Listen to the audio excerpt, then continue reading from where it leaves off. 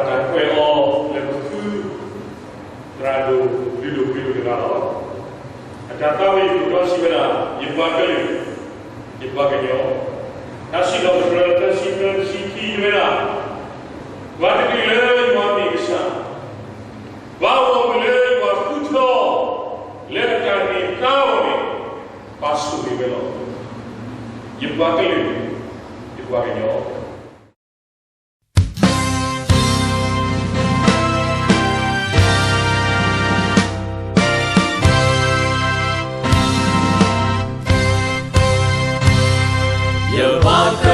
Ya pakenyo, wala ya namine mabupata, lo elokwi baruma, ya engelene tatapa, najaku jaga, leta eno tayo ya ketawi pejon demi pakenyo, ya pakelena, wala ya eno.